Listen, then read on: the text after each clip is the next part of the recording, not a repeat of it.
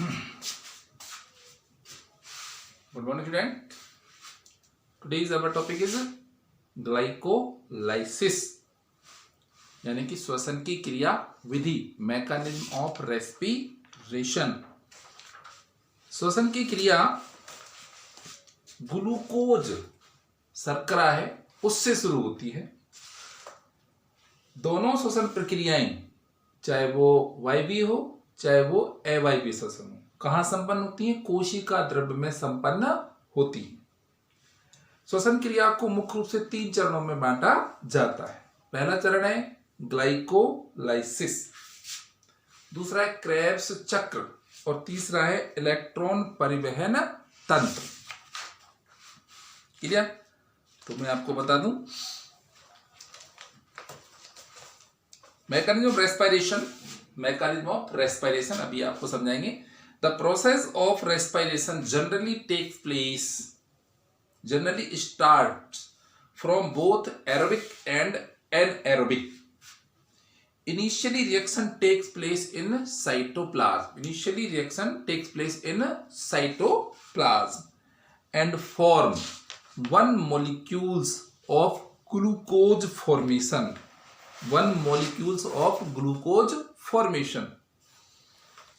of 2 molecules of pyruvic acid. Breakdown of glucose formation क्या रखा हुआ है cytoplasm and form 1 molecules of glucose formation of 2 molecules of pyruvic acid and energy is released. This process called glycolysis. Simple सी बात है, बताएंगे आपको।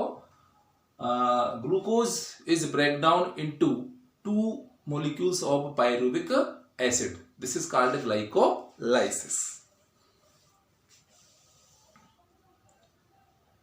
This process is similar in both aerobic and anaerobic. जो ग्लाइकोलाइसिस है वो aerobic और anaerobic दोनों में सेम होता है।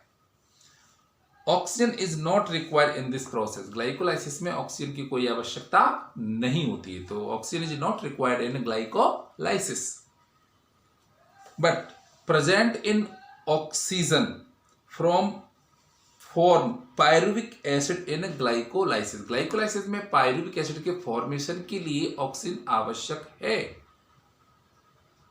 ट्रांसफर इन माइटोकॉन्ड्रिया, क्योंकि जब पायरुविक एसिड का फॉर्मेशन हो जाएगा तो ऑक्सीजन इस पायरुविक एसिड को ट्रांसफर करेगी, किसमें? सेल के माइटोकॉन्ड्रिया में। तो साइटोप्लाज्म से माइटोकॉन्ड्रिया में पायरुविक एसिड को ट्रांसफर करने के लिए ऑक्सीजन इज नेसेसरी, ऑक्सीजन की आवश्यकता रहती है। And where it form acetyl coenzyme, और जब ये माइटोकॉन्ड्रिया में पहुंचती है तो वहां पर ये एसिटाइल को एंजाइम का निर्माण करती है। In mitochondria it is break down into CO2 and water. तो पायरुविक जो एसिड होता है माइटोकॉन्ड्रिया में पहुंचने के बाद कार्बन डाइऑक्साइड और जल में टूट जाता है। Pyruvic acid break down into H2O and carbon dioxide in the mitochondria through Krebs cycle. किसके through? Krebs cycle. And energy is released due to absence of O2. Pyruvic acid remain in cytoplasm. Absent है तो cytoplasm में रह जाएगा। And form CO2 and alcohol. अगर ये cytoplasm में remain है तो किसका फॉर्मेशन करेगा? Alcohol and CO2। It means anaerobic respiration, जो अपन पढ़ चुके हैं। And loss amount of energy is release, about 28 kilojoule energy is released when pyruvic acid remain inside the cytoplasm where oxygen is not provided. Clear? The complete mechanism of respiration can be divided into 3 steps. The complete respiration mechanism is divided into 3 steps. First है glycolysis, second है Krebs cycle, and third है electron transport. तो आपको अपन first पे चल रहे हैं glycolysis. Respiration की मैकेनिज्म ऑफ रेस्पिरेशन में फर्स्ट स्टेप है अपना ग्लाइकोलाइसिस। इसको आप ध्यान से अच्छी तरह समझ लेंगे, बहुत इजी है। डायग्राम जो लीनियर डायग्राम, इससे आपको सबको समझ में आ जाएगा ग्लाइकोलाइसिस क्या है।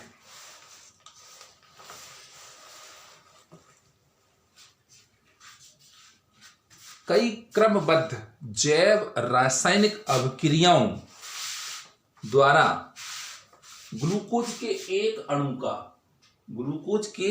अणु का विखंडन होता है और पायरुविक अम्ल के 2 अणुओं का निर्माण होता है। ग्लूकोज के एक अणु का विखंडन होकर के पायरुविक अम्ल के 2 अणुओं का निर्माण होना ही ग्लाइकोलाइसिस कहलाता है। Breakdown of 1 molecules of glucose into 2 pyruvic acid. It means form 2 pyruvic acid. Breakdown of glucose is called glycolysis.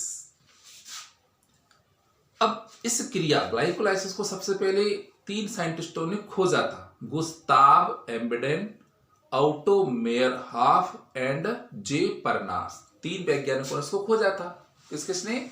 Gustav एम्बेडेन, auto मेयरहॉफ और जे परनास।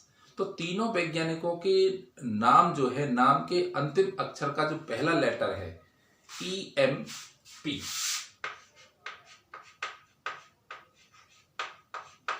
एम्बेडेन, मेयरहॉफ एंड परनास, इनके नाम पर ग्लाइकोलाइसिस को EMP पाथवे भी कहा जाता है। Clear?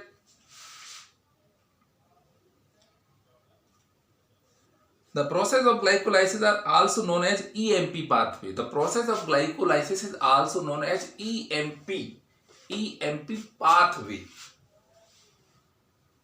because it is the first of all given by 3 scientists. Because it is given by first of all by 3 scientists: Gustav Embeden, Otto Mehrhoff and J. Parnas.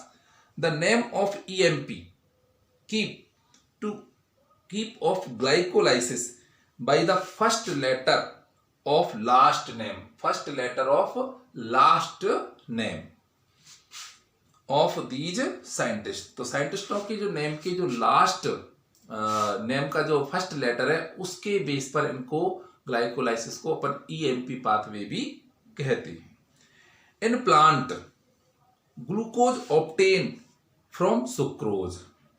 Photosynthesis में हमने पढ़ा था कि glucose का फॉर्मेशन किससे होता है? Sucrose से। रूट में जब पहुंच जाता है तो स्टार्च के फॉर्म में वो स्टोर हो जाता है, तो वो क्या है अपना glucose. In plant glucose obtain from sucrose which is the last product of photosynthesis. Photosynthesis का लास्ट प्रोडक्ट क्या होता है? सुक्रोज होता है, और वो फिर ग्लूकोज में कन्वर्ट हो जाता है। पादपों में जो स्टार्च होता है, सॉरी सुक्रोज जो होता है, वो ग्लूकोज में कन्वर्ट हो जाता है। अब उस ग्लूकोज से पायरुविक एसिड का निर्माण कैसे होता है वो आप इस लीनियर डायग्राम से आप समझ सकते हैं।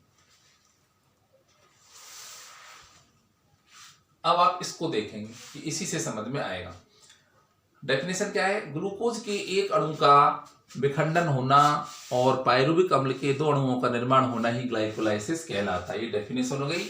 1 molecule of glucose is break down into 2 molecules of pyruvic acid. This is called glycolysis, in which various biological reactions are found.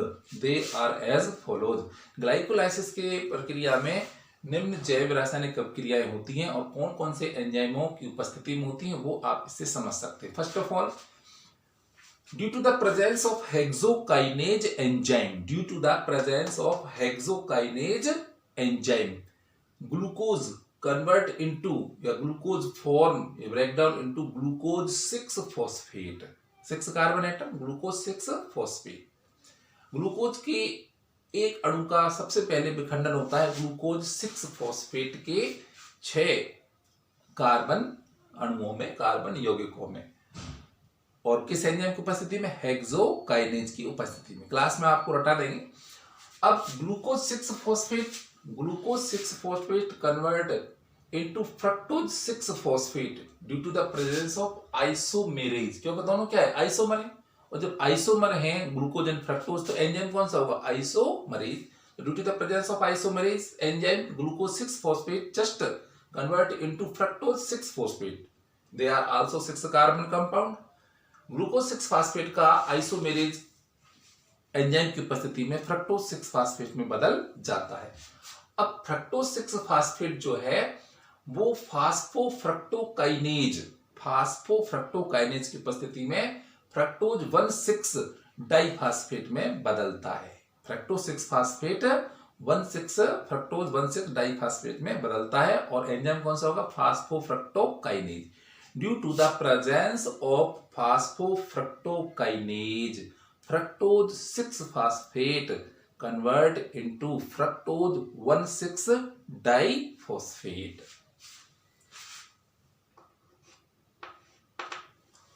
Fourth step, अब यहां मैं बता दूं आपको first and third step. First step second को छोड़कर के third step. Energy is required and which is provide by ATP when ATP is degrade into ADP and inorganic phosphate। तो फर्स्ट एंड थ्री स्टेप में जो energy required होगी, ऊर्जा की जो आवश्यकता पड़ेगी, वो किसके द्वारा दी जाती है? एटीपी के द्वारा दी जाती है। तो एटीपी का विखंडन होता है ADP plus IP, adenosine diphosphate और कार्बनिक फास्फेट में इसका विखंडन हो जाता है और साथ में जो बॉन्ड जब टूटते तो ऊर्जा मुक्त होती है, उस ऊर्जा से ये आगे का प्रोसीजर चलता रहता है। और यूं क्लोरोप्लास्ट में अपना क्या रहता है? मैग्नीशियम मॉलिक्यूल्स होता है। तो magnesium plus ion is must require in both two steps. इन दोनों चरणों में मैग्नीशियम आवश्यक होता है और एटीपी ऊर्जा देती है, एडीपी और कार्बन फास्फेट का निर्माण हो जाता है। अब फ्रक्टोज 6 फास्फेट जो है वो एल्डोलेज एंजाइम की उपस्थिति में 3 carbon compound phosphoglyceraldehyde PGAL 3 carbon compound phosphoglyceraldehyde का निर्माण करता है और फास्फोग्लिसरैल्डिहाइड शीघ्र ही डाइहाइड्रोक्सी एसीटोन फॉस्फेट में बदल जाता है। और डाइहाइड्रोक्सी एसीटोन फॉस्फेट और फास्फोग्लिसरैल्डिहाइड दोनों 3-3 कार्बन के यौगिक होते हैं और एक दूसरे के क्या होते हैं? समावयवी। अब समावयवी होते हैं तो एंजाइम यहाँ कौन सा आएगा? ट्रायोज फास्फेट आइसोमेरेज, क्योंकि ये क्या है? 3 कार्बन फास्फोग्लिसरैल्डिहाइड, इसलिए एंजाइम भी वही होगा जो पिछला रिएक्टेंट होता है। तो 3 का मतलब ट्रायोज फास्फेट और आइसोमरेज। तो ये अपना रिवर्स एरो दिखा रखा है, ये आपस में इंटरचेंज होते रहते हैं। ठीक, फिर 3PGAL 3 फास्फोग्लिसरैल्डिहाइड 1,3 डाइफास्फोग्लिसरैल्डिहाइड में कन्वर्ट होता है। 3 फास्फोग्लिसरैल्डिहाइड 1,3 डाइफास्फोग्लिसरैल्डिहाइड में कन्वर्ट हो जाता है। यहां पर कोई एंजाइम नहीं है। अब 1,3 डाइफास्फोग्लिसरैल्डिहाइड डिहाइड्रोजिनेज एंजाइम की उपस्थिति में इसमें से NAD का ऑक्सीडेशन होता है और NADH2 का अपचयन होता है। Oxidation of NAD and reduction of NADH2 due to the presence of dehydrogenase enzyme 1,3 diphosphoglyceraldehyde convert into 1,3-PGA phosphoglyceric acid. Aldehyde था, अब ये फास्फोग्लिसरिक एसिड में कन्वर्ट हो जाएगा। It is also 3 carbon compound. ठीक, अब 1,3 diphosphoglyceric acid 1,3 diphosphoglyceric acid is convert into 3 phosphoglyceric acid. 1,3 है तो 1,3 से क्या हो जाएगा? 3, और वो किस एंजाइम के प्रेजेंस में होगा? फास्फोग्लिसरोकाइनेज एंजाइम की उपस्थिति में 1,3 डाइफास्फोग्लिसरिक एसिड किस में कन्वर्ट हो जाएगा? 1,3 phosphoglyceric acid due to the presence of phosphoglycerokinase enzyme 1,3 diphosphoglyceric acid is convert into 3 phosphoglyceric acid. Here ADP is ADP plus inorganic phosphate combined to form ATP. 2 ADP and plus 2 IP combined to form 2 ATP। यहाँ 2 ATP molecule energy हमको obtained होती है। 2 अणु ATP का निर्माण यहाँ पर हो रहा है। अब 3 फास्फोग्लिसरिक एसिड किसमें टूटेगा? 2 फास्फोग्लिसरिक एसिड में। 3 phosphoglyceric acid convert into 2 phosphoglyceric acid। Phosphoglyceromutase, presence of phosphoglyceromutase, 3 phosphoglyceric acid convert into 2 phosphoglyceric acid। In 8 step 2 phosphoglyceric acid now convert into 2-phosphoenol pyruvic acid. 2-phosphoglyceric acid is converted into 2-phosphoenol pyruvic acid due to the presence of enolase enzyme and form of 2 molecules of 2-phosphoenol pyruvic acid. And last step, 2-phosphoenol pyruvic acid last and final breakdown into 2 molecules of pyruvic acid due to the presence of pyruvic kinase. Here also ADP and inorganic phosphate to form ATP, 2 molecules of ATP.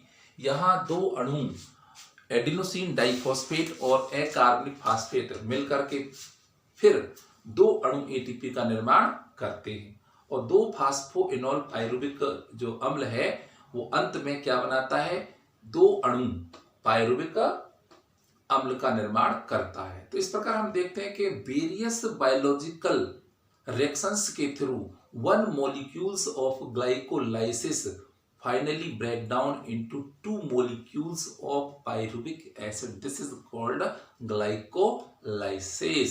Glycolysis क्या है, glucose के एक अणु का विभिन्न जैव रासायनिक प्रक्रियाओं और विभिन्न एंजाइमों की उपस्थिति से एटीपी के द्वारा ऊर्जा प्रदान की जाती है और वह टूट करके विखंडित होकर के पायरुविक अम्ल के 2 अणुओं का निर्माण कर लेता है। यह क्रिया अपनी ग्लाइकोलाइसिस कहलाती है और ग्लाइकोलाइसिस अपना संपन्न होता है कोशिका द्रव्य में। Glycolysis process is occurs in cytoplasm. तो ये अपने इसको अगर हमने अच्छी तरह समझ लिया तो हम इसकी सारी लैंग्वेज को इसी के अकॉर्डिंग बना करके लिख करके आ सकते हैं। ठीक है कि नहीं, बहुत ही इजी है, वेरी, इससे ज्यादा इजी कोई है ही नहीं। ठीक है ना, बाकी का आप क्लास में कभी आओगे तो हम आपको समझा देंगे कि किस प्रकार से बहुत इजी होता है। इसमें क्लास में समझा सकते हैं, समझा तो यहाँ दिया है, रटा देंगे आपको। इसमें क्या फर्स्ट एंड थ्री में क्या होगा, एटीपी का ब्रेकडाउन होगा और एडीपी और इनऑर्गेनिक फॉस्फेट का फॉर्मेशन हो रहा है। आप देख रहे हैं ना फर्स्ट एंड 3 में। और 7 और 10 में, लास्ट वाले 7 और 10 में क्या होगा, ADP and IP combine to form ATP. तो टोटली इसमें 2 and 2 4 एटीपी का फॉर्मेशन इसमें होता है। ठीक है कि नहीं, ओके, थैंक यू।